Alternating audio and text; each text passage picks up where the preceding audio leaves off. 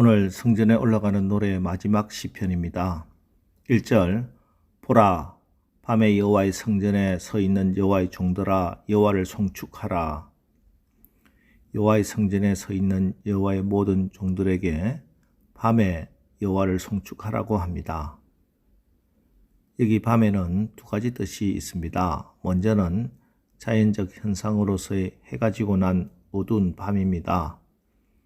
그 어두운 밤에도 예루살렘 성전에는 여호와의 종들이 있습니다. 레위 제사장들입니다. 제사장들은 당번을 정하여 밤에도 성전을 지켰습니다. 밤에 그들이 하는 주요 임무는 제단의 향과 등잔대의 불이 꺼지지 않도록 돌보는 일입니다.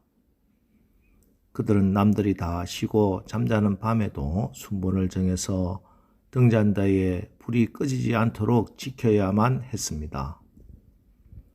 성소 안에는 오직 등대에 불 하나밖에 없기 때문에 이 불을 꺼뜨리면 제사장들이 성소에서 일할 수가 없었습니다. 그래서 하나님께서 불이 꺼지지 않도록 제사장인 아론과 그의 아들들에게 꺼내지 말고 등불을 켜라, 이렇게 말씀하셨습니다. 여호와의 종 제사장들의 가장 중요한 임무 중에 하나는 등대의 불이 꺼지지 않도록 살피는 것입니다. 등불이 꺼지지 않게 하기 위해서 그럼 어떻게 해야 하나?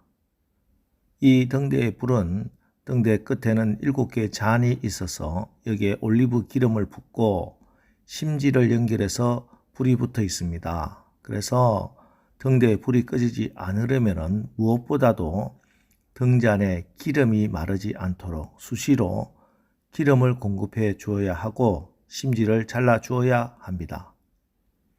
성경에서 말씀하는 기름은 대표적으로 성령을 의미하지요. 때문에 성령 충만함, 이것이 성전에 있는 여호와의 종들이 감당해야 할 우선적인 사명입니다. 그래서 사도 바울도 에베소서 5장 18절 술 취하지 말라, 이는 방탕한 것이니 오직 성령의 충만함을 받으라 하고 말씀합니다. 성령의 기름을 공급받아야, 성령 충만해야 사명을 감당할 수 있다는 것입니다. 그렇습니다. 하나님의 일은 세상의 힘이나 능력으로가 아니라 오직 하나님의 영으로 성령 충만함으로 하는 것입니다. 그리고 향을 피우는 것, 분향을 하는 것이 밤에도 해야 할 제사장의 임무입니다. 분향의 제사는 성도의 기도와 찬미의 제사를 의미하지요. 시편 141편 2절에서 다윗은 나의 기도가 주의 앞에 분향함과 같이 되게 해달라고 기도했습니다. 또 요한계시록 8장 3절에서는 금향로를 가진 천사가 성도들이 드린 기도를 많은 향과 함께 담아 하나님 보좌 앞으로 가져갔다고 합니다.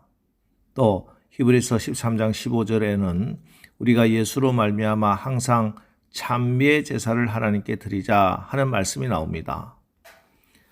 분향단에서 향은 아침마다 등불을 손질할 때, 저녁마다 등불을 켤 때 사릅니다. 언제나 한밤중에도 제사장은 기도와 찬미의 제사로 하나님을 높이는 일에 힘써야 합니다. 그리고 밤은 인생이 경험하는 고난과 고통, 힘든 삶을, 그리고 사단이 공격해오는 시간을 의미하기도 합니다. 우리 인생에 수시로 닥치는 이런 밤과 같은 시간에 우리는 무엇을 해야 하나? 실망하고 좌절하고 포기할 것이 아니라 성령 충만함을 구하며 기도하고 찬미해야 합니다. 2차 선교 여행 때 바울과 실라가 빌립보에서 귀신 들렸던 여종을 자유롭게 해주자 그 주인들은 바울 일행을 붙잡아서 성읍 관리에게 끌고 갔고, 관리들은 바울 일행을 매질하여 감옥에 가둡니다. 그리고 간수에게 명하여 든든히 지키도록 합니다. 성령의 인도함을 받아서 유럽으로 건너갔고 복음을 전했는데 이렇게 매를 맞고 감옥에 갇혔습니다. 이때 바울과 실라는 어떻게 합니까? 사도행전 16장 25절 한밤중에 바울과 실라가 기도하고 하나님을 찬송하며 죄수들이 듣더라. 한밤중에 낙심하고 절망하지 않았습니다. 포기하고 잠이나 자자 하지도 않았습니다. 한밤중에 그들은 기도하고 하나님을 찬송했습니다.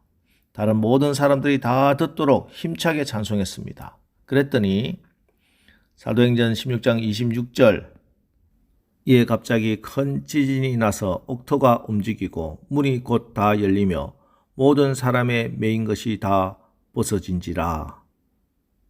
갑자기 큰 지진이 나서 감옥 터가 흔들렸고 감방의 문이 열리고 죄수들을 묶어놓았던 사슬이 다 풀리는 일이 벌어집니다. 한밤중에 기도하고 찬양하면 묶였던 것이 풀어지고 닫혔던 것들이 열리게 되는 것입니다. 여러분, 한밤중을 만났을 때는 어두움을 두려워하지 말고 그 어둠 속에서도 일하시는 전능하시고 자비하신 하나님 아버지 행하시는 일들을 바라볼 수 있는 믿음의 눈을 가져야 합니다. 시대가 어려울수록 더욱 찬양해야 합니다. 삶의 고난이 많을수록 성도들은 하나님을 더욱 찬양해야 합니다. 힘들고 어렵다고 짜증내고 원망하면 점점 더 힘들고 어려워지고 그 어려움에서 벗어날 수가 없습니다. 그러나 밤에 찬양하면 밝아지고 형통해집니다. 하나님이 힘과 능력 주십니다. 찬송의 능력이 나타납니다. 인생의 문이 열리고 묶였던 모든 것들이 풀어지는 것입니다. 여러분, 여호와의 종들입니다. 밤에도 여호와의 성전에 서서 하나님을 송축해서 밤에도 역사하시는 하나님의 큰 은혜와 축복을 받으시기를 주님의 이름으로 축원합니다. 그리고 오늘 2절 말씀을 보면 성소를 향하여 너희 손을 들고 여호와를 송축하라고 하십니다. 여기에서 우리는 우리 인생의 어두운 밤에 어디로 가야 할지를, 우리가 향해야 할 방향을 찾게 됩니다. 성소를 향하여 너희 손을 들고, 하나님은 모든 곳에서 예배를 받으시고 찬양을 받으시지만 특별히 구별하여 성소에서 예배 받으시기를 기뻐하십니다.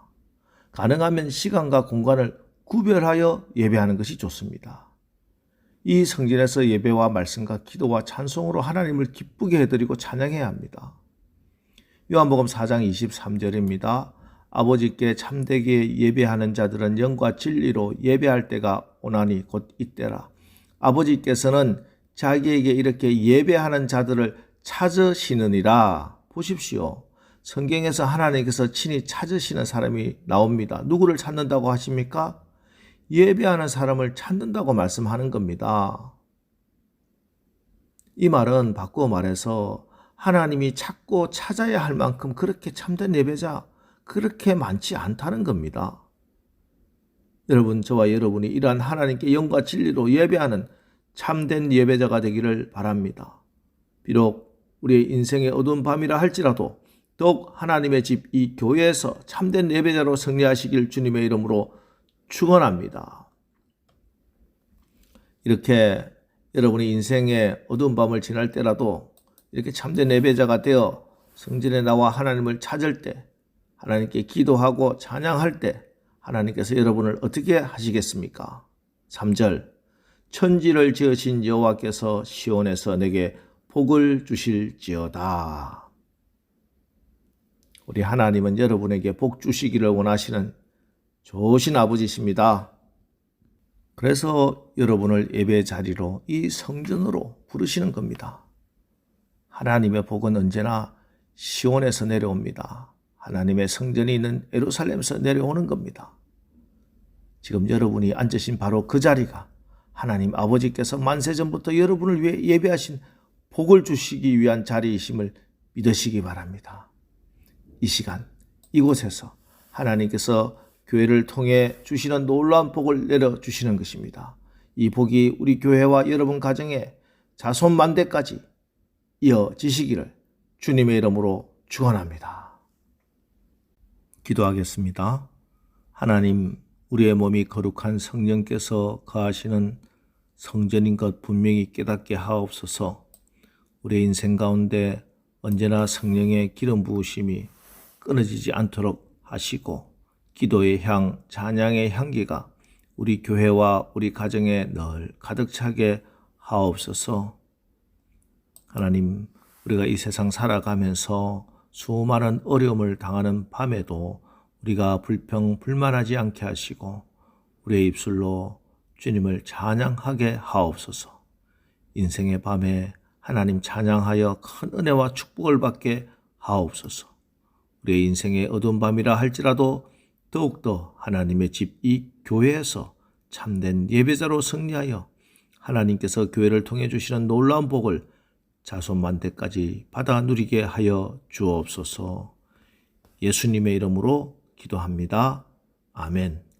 자, 이제 오늘 말씀을 붙들고 주여 우리의 가정과 교회가 한밤중에도 성령 충만함으로 기도와 찬양으로 하나님을 예배하게 하시고 하나님께서 교회를 통해 주시는 놀라운 복을 자손만대까지 받아 누리게 하옵소서. 오늘 말씀을 붙들고 우리 합심해서 기도하고 나가겠습니다. 우리 기도하겠습니다.